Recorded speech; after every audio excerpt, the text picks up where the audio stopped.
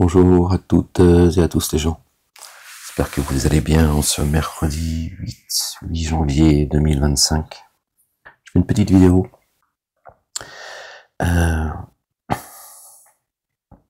concernant le verset 34, de la sourate 4, du chapitre 4.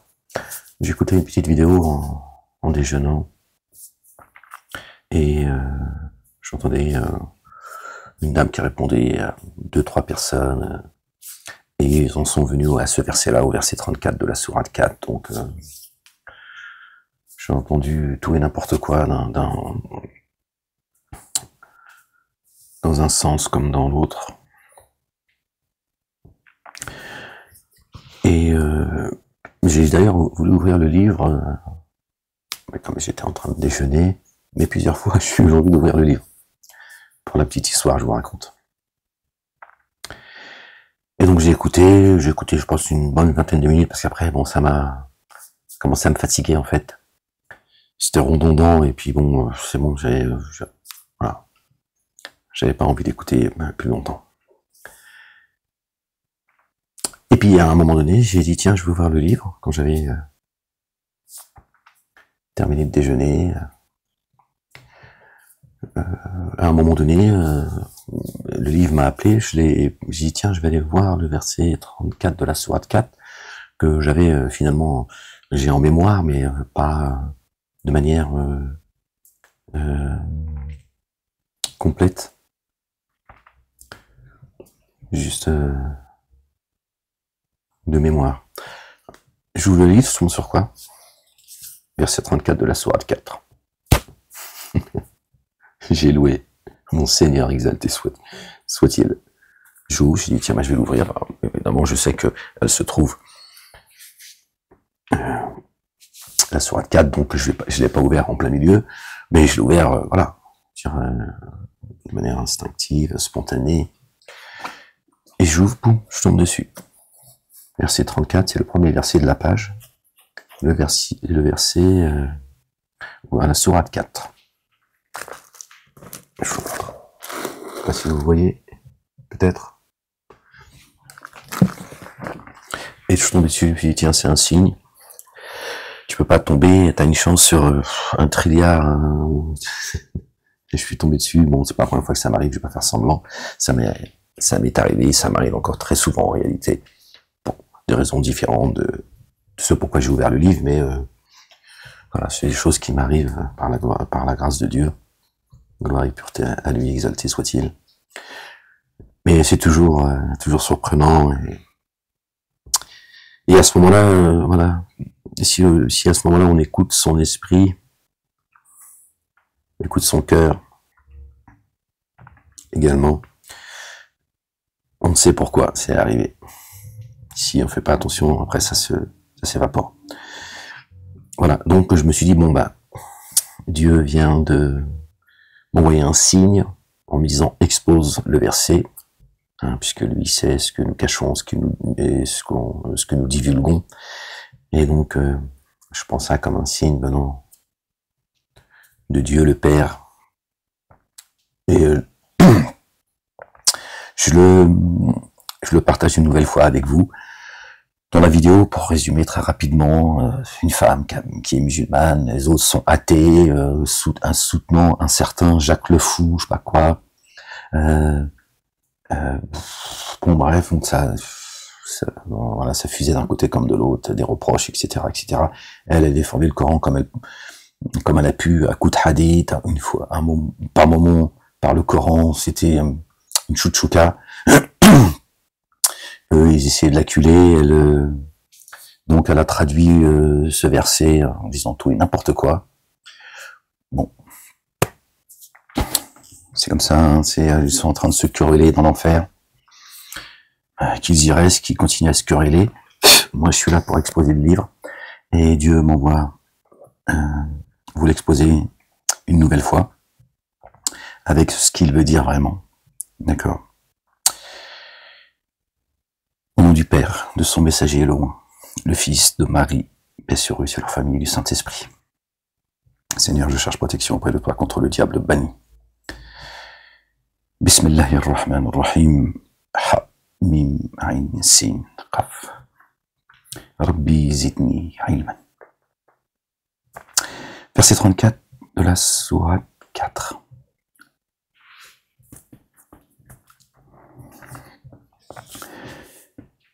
Je vais le lire selon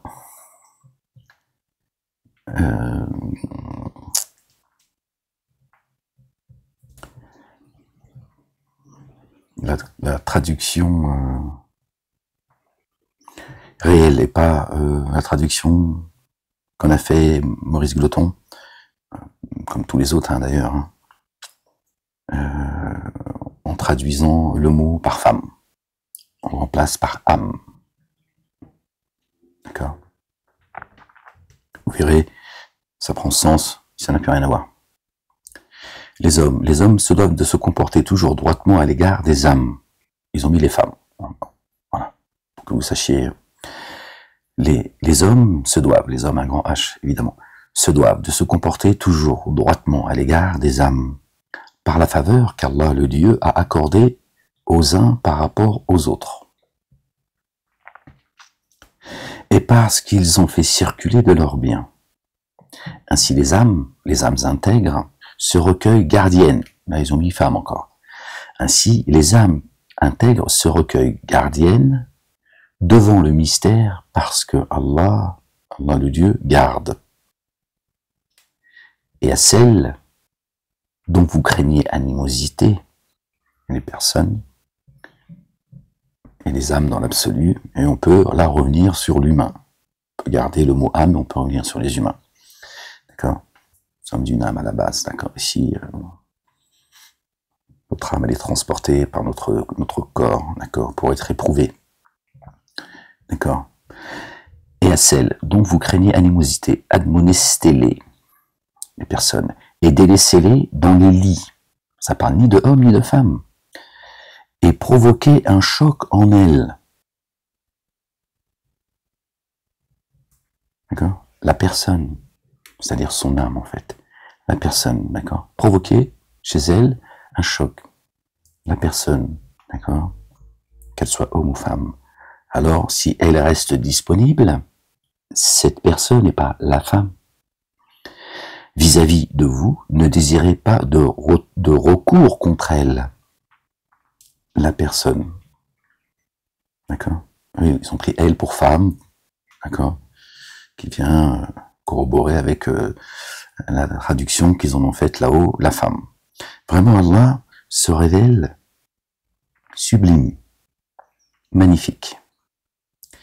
Et si vous craignez un désaccord entre les deux, désignez un arbitre.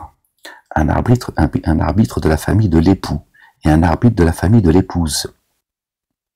Et homme et femme. Si tous deux visent à s'arranger, Allah le Dieu favorisera la bonne entente entre eux. Question de bonne volonté. Si tous les deux sont de bonne volonté, Dieu descendra la solution pour trouver un accord entre eux et retrouver la paix entre eux. Vraiment, Allah, le Dieu, se révèle savant, très informé. Et adorez Allah et ne lui codifiez aucune chose qui nous ramène, d'accord, au verset qu'on a lu précédemment, d'accord, qui parle bien de l'âme, d'accord, qui s'est égarée, d'accord. Donc Dieu, après avoir dit tout cela, comment faire, d'accord, comment se comporter face à une âme, d'accord, qui désobéit, pas à la femme. Pourquoi la femme et l'homme, il fait quoi? Alors lui, il est exempt de tout reproche. Je suis pas l'avocat des femmes. Je suis là pour vous exposer la vérité, c'est tout. Perdez pas votre temps. Essayez de comprendre ce que vous ne pourrez jamais comprendre. Je suis juste là pour exposer le livre. D'accord? Et adorez Allah, Allah le Dieu. Et ne lui codifiez aucune chose, ne lui associez aucune chose. Ok? Ce qui nous permet de comprendre pourquoi Dieu nous dit tout cela en amont. D'accord? Et appelle à provoquer un choc chez elle, cette personne. Parce qu'elle s'est rangée du côté de ceux qui associent des choses à Dieu. Comportez-vous avec Comportez-vous avec excellence avec les deux géniteurs, et les proches, et les orphelins, et les démunis, et le voisin proche, et le voisin éloigné, et le compagnon proche, et le voyageur, et ceux qui sont à votre service. On est captif, toujours. Hein. Vraiment, Allah, le Dieu, n'aime pas celui qui se comporte avec insolence et gloriole. Pardon, ni les avares, ni ceux qui ordonnent l'avarice aux humains, et qui dissimulent la faveur qu'Allah le Dieu leur a accordée. Quelle est cette faveur? Entre autres, la générosité et la miséricorde de Dieu est grande. On ne peut pas la cerner dans sa totalité. Mais là, on reste dans le contexte du dire de Dieu l'Éternel. Exalté soit-il. D'accord? Et qui dissimule la faveur qu'Allah le Dieu leur a accordée. La faveur que Dieu a accordée, d'accord, à ces personnes, à ces âmes. D'accord? Quelle est cette faveur? Les hommes se doivent de se comporter toujours droitement à l'égard des âmes, par la faveur qu'Allah a accordée aux uns par rapport à d'autres, et parce qu'ils ont fait circuler de leurs biens. Ainsi, les âmes intègres se recueillent gardiennes devant le mystère. Devant le mystère. Elles sont gardiennes, ces âmes. Voilà la faveur que Dieu fait à certains. Et d'autres, certains veulent la dissimuler. Et parce qu'ils ont, devant le mystère, parce que Allah garde devant le mystère, parce que Allah, le Dieu, garde. Elles sont gardiennes du mystère que Dieu lui-même, exalté soit-il, garde. Voilà, cette faveur, cette grande faveur que Dieu a accordée à certains par rapport à d'autres. Donc voilà, ça n'a rien à voir, leur discours là, parce qu'après, à un moment donné, ils sont arrivés à Adribuhunna, frappez-les, etc.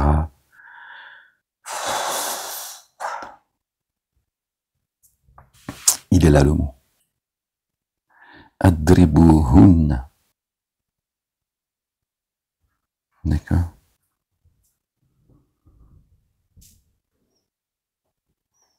Certains l'ont traduit là c'est traduit provoquer un choc chez elle. Maurice Leton, il avait déjà compris le sens du dire. Certains l'ont traduit par frappez-les. Ceux qui ont le cœur malade, évidemment, ils vont lire. D'ailleurs, c'est très étonnant, ceux qui se disent athées, apostats, etc., qui tous les jours leur seule obsession chaque jour que Dieu leur donne, vie, c'est s'attaquer à Allah, le Coran et la communauté musulmane, l'islam. Bon. Ils ont la même lecture que finalement ces intégristes, ces islamistes. Allez, c'est littéral, quoi. C'est marqué, frappez-les. Bon, évidemment, comme ils ont le cœur malade, eux, ce qu'ils veulent, c'est cracher sur la communauté dite musulmane, s'en prendre à eux, etc., s'en prendre à Dieu, au Coran, etc. Donc, ça les arrange bien de penser que frappez-les. Alors qu'on pourrait très bien comprendre dans notre langue, la langue française, qui est riche, frappez-les, c'est pas toujours, on peut employer le mot sans que ce soit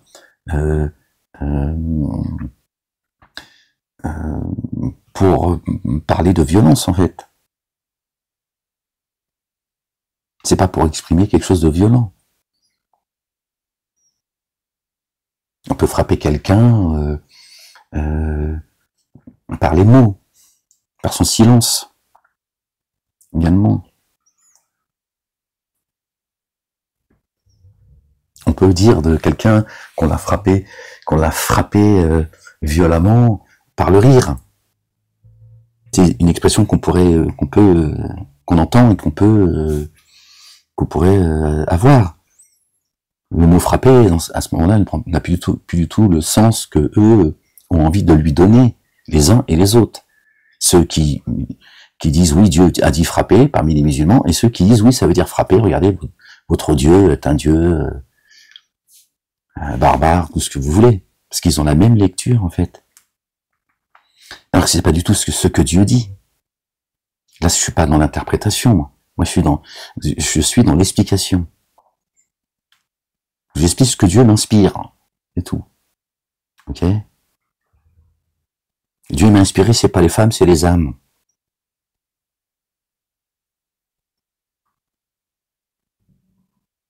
Et quand on le lit, d'accord, en remplaçant le mot femme par âme, ça prend tout son sens.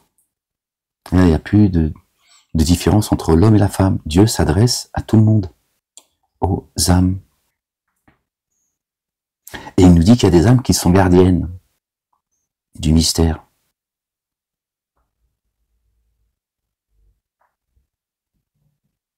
D'accord? Et il nous dit que certains qui sont désobéissants, il y a donc un litige, un contentieux, voire de grosses tensions entre un homme et une femme. Dieu lui dit, provoquez un choc chez elles. Adribuhunna.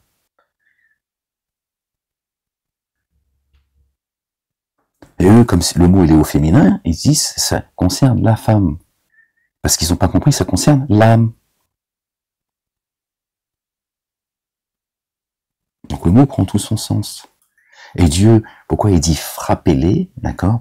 Provoquer chez elles un choc, frappez-les. C'est pour que l'on comprenne qu'il faut que ce soit ferme. Qu'il n'y a pas de négociation avec celui ou celle qui, à un moment donné, désobéit, associe les choses à Dieu. Donc Dieu dit provoquer chez elles. Frappez-les. Qu'elles ressentent un choc. Le mot employé par Dieu, Dieu a un langage divin, vous le savez. D'accord? C'est pour qu'on comprenne qu'à ce moment-là, d'accord, il faut faire preuve d'une grande fermeté. Que la personne qui est en face, elle prenne peur et qu'elle se dise, ouf, là, ça va se compliquer très sérieusement entre moi et elle ou entre moi et lui. Il va falloir que je fasse le choix et que je l'assume. Soit je me calme et je reviens au commandement, au statut, à l'ordre de Dieu, ou soit je continue dans ma lancée, mais il va y avoir une séparation définitive. Il faut que la personne, elle comprenne que, d'ailleurs, juste après, si vous craignez un désaccord entre les deux, c'est-à-dire qu'ils ne s'arrangent pas, désignez alors un arbitre de la famille de l'époux, un arbitre de la famille de l'épouse. Si tous deux viennent à s'arranger, Allah le Dieu favorisera la bonne entente entre eux. Ensuite, on pourrait être très étonné, Dieu dit adorer Allah et ne lui codifier aucune chose. Ça, on peut comprendre la corrélation, mais dans la continuité des versets, il dit comportez-vous avec excellence avec les géniteurs, les proches, les orphelins, les démunis. On a l'impression qu'on passe à un autre sujet. Dieu nous dit, donc, ce qu'il dit depuis le verset 34 jusqu'à la fin, d'accord, il nous dit toujours la même chose. Comportez-vous de la meilleure manière, d'accord, les uns et les autres. Là, il nous parle d'un conflit, il nous dit comment le régler, d'accord, et il nous dit, et les autres, je ne les ai pas oubliés, eh bien, comportez-vous bien aussi avec un tel, un tel, un tel, un tel et un tel. Donc on est dans le comportement. D'accord? Dieu est un Dieu puissant et sage. D'accord? Même quand il frappe, c'est englobé de sa connaissance, de sa science et de sa sagesse. Ok? D'accord? Donc on est dans la continuité.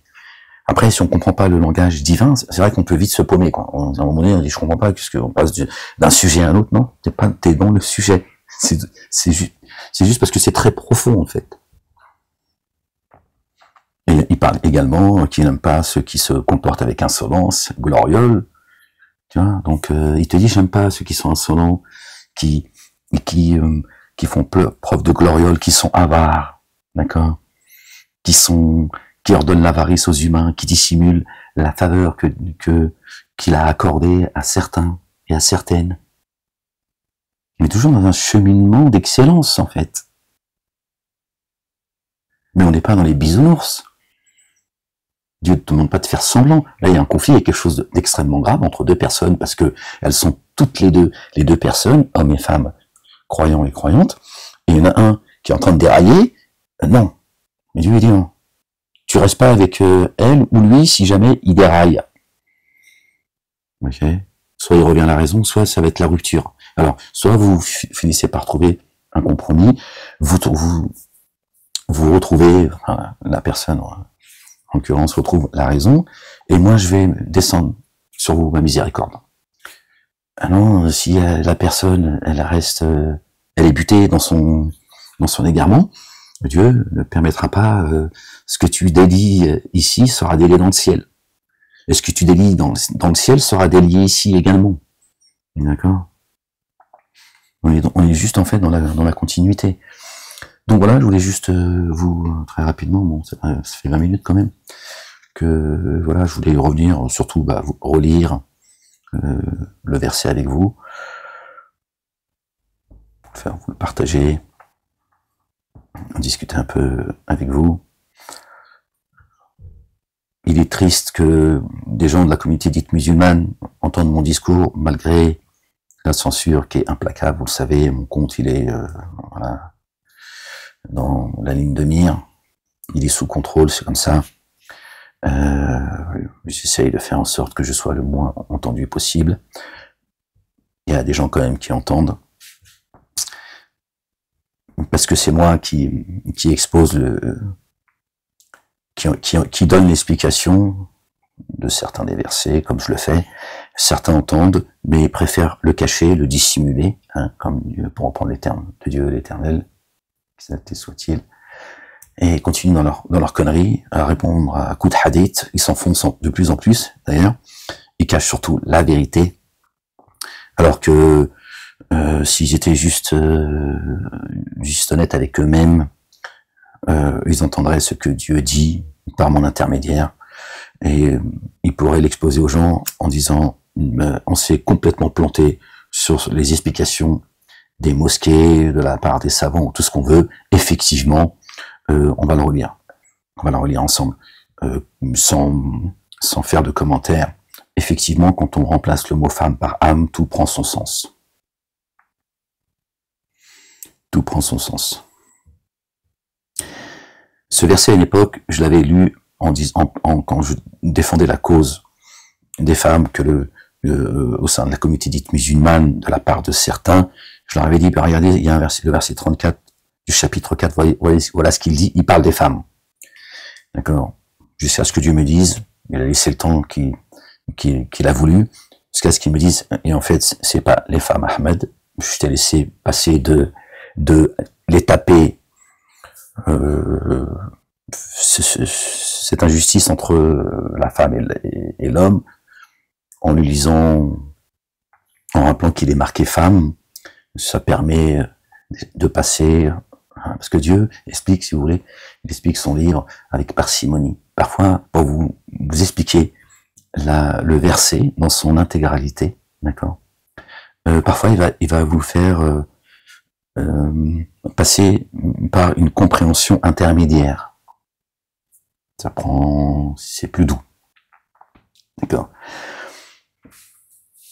Donc voilà, donc à l'époque, je ne sais plus exactement la raison pour laquelle je l'avais exposé à plusieurs reprises pour répondre à ces couillons-là qui salissent tout seuls leur propre communauté, parce qu'ils salissent ni Dieu, ni la Bible, ni personne en réalité. Je veux dire, voilà, t'entendras que si Dieu veut que t'entendes, d'accord, parce que lui, il sonde les poitrines, et il sait si tu cherches la vérité ou pas. Si tu la cherches, tu la trouveras. C'est ce que dit notre bien-aimé, le roi du fils de notre bien-aimé Marie, que la paix soit sur eux et sur leur famille.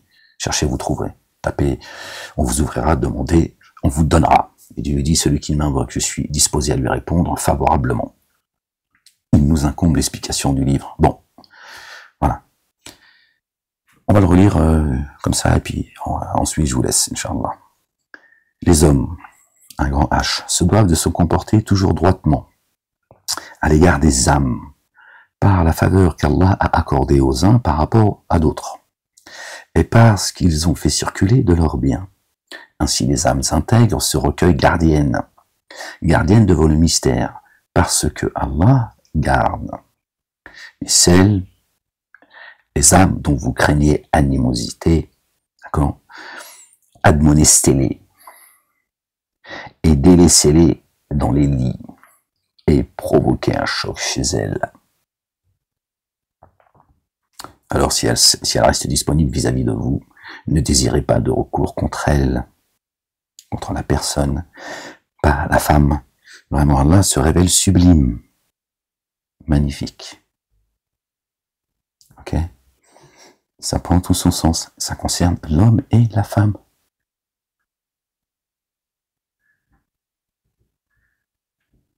Ça concerne l'homme et la femme. D'accord?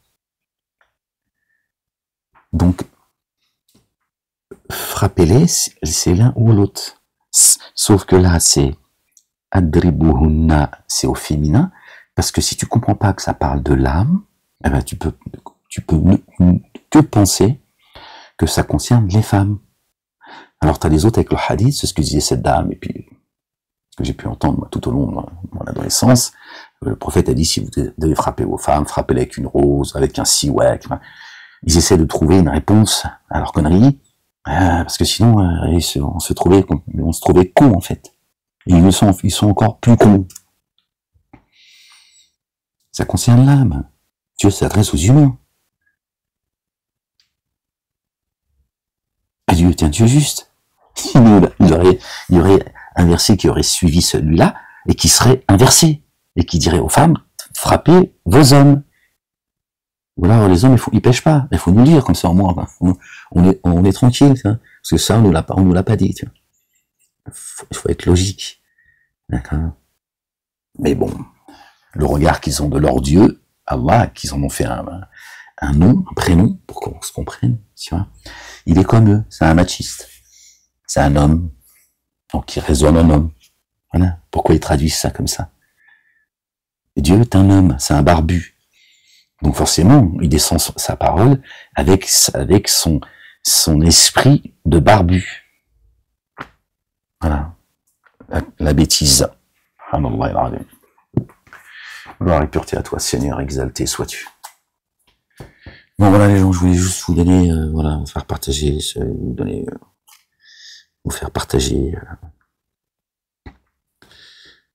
que j'ai pensé de ce petit bout. Bon, je vais pas vous le faire écouter parce que bon, ça va quoi. Hein, pas besoin de l'écouter elle pour savoir de quoi je vous parle. Les gens, prenez soin de vous, soyez bénis, croyants et croyantes, que Dieu vous protège. Il protège également les gens épris de justice. La ilaha illallah wahdahu la sharika lah. Gloire et pureté à toi, Seigneur, exalté sois-tu. Allez les gens, je vous dis à bientôt pour une prochaine lecture, si Dieu le veut. Prenez soin de vous. Bisous.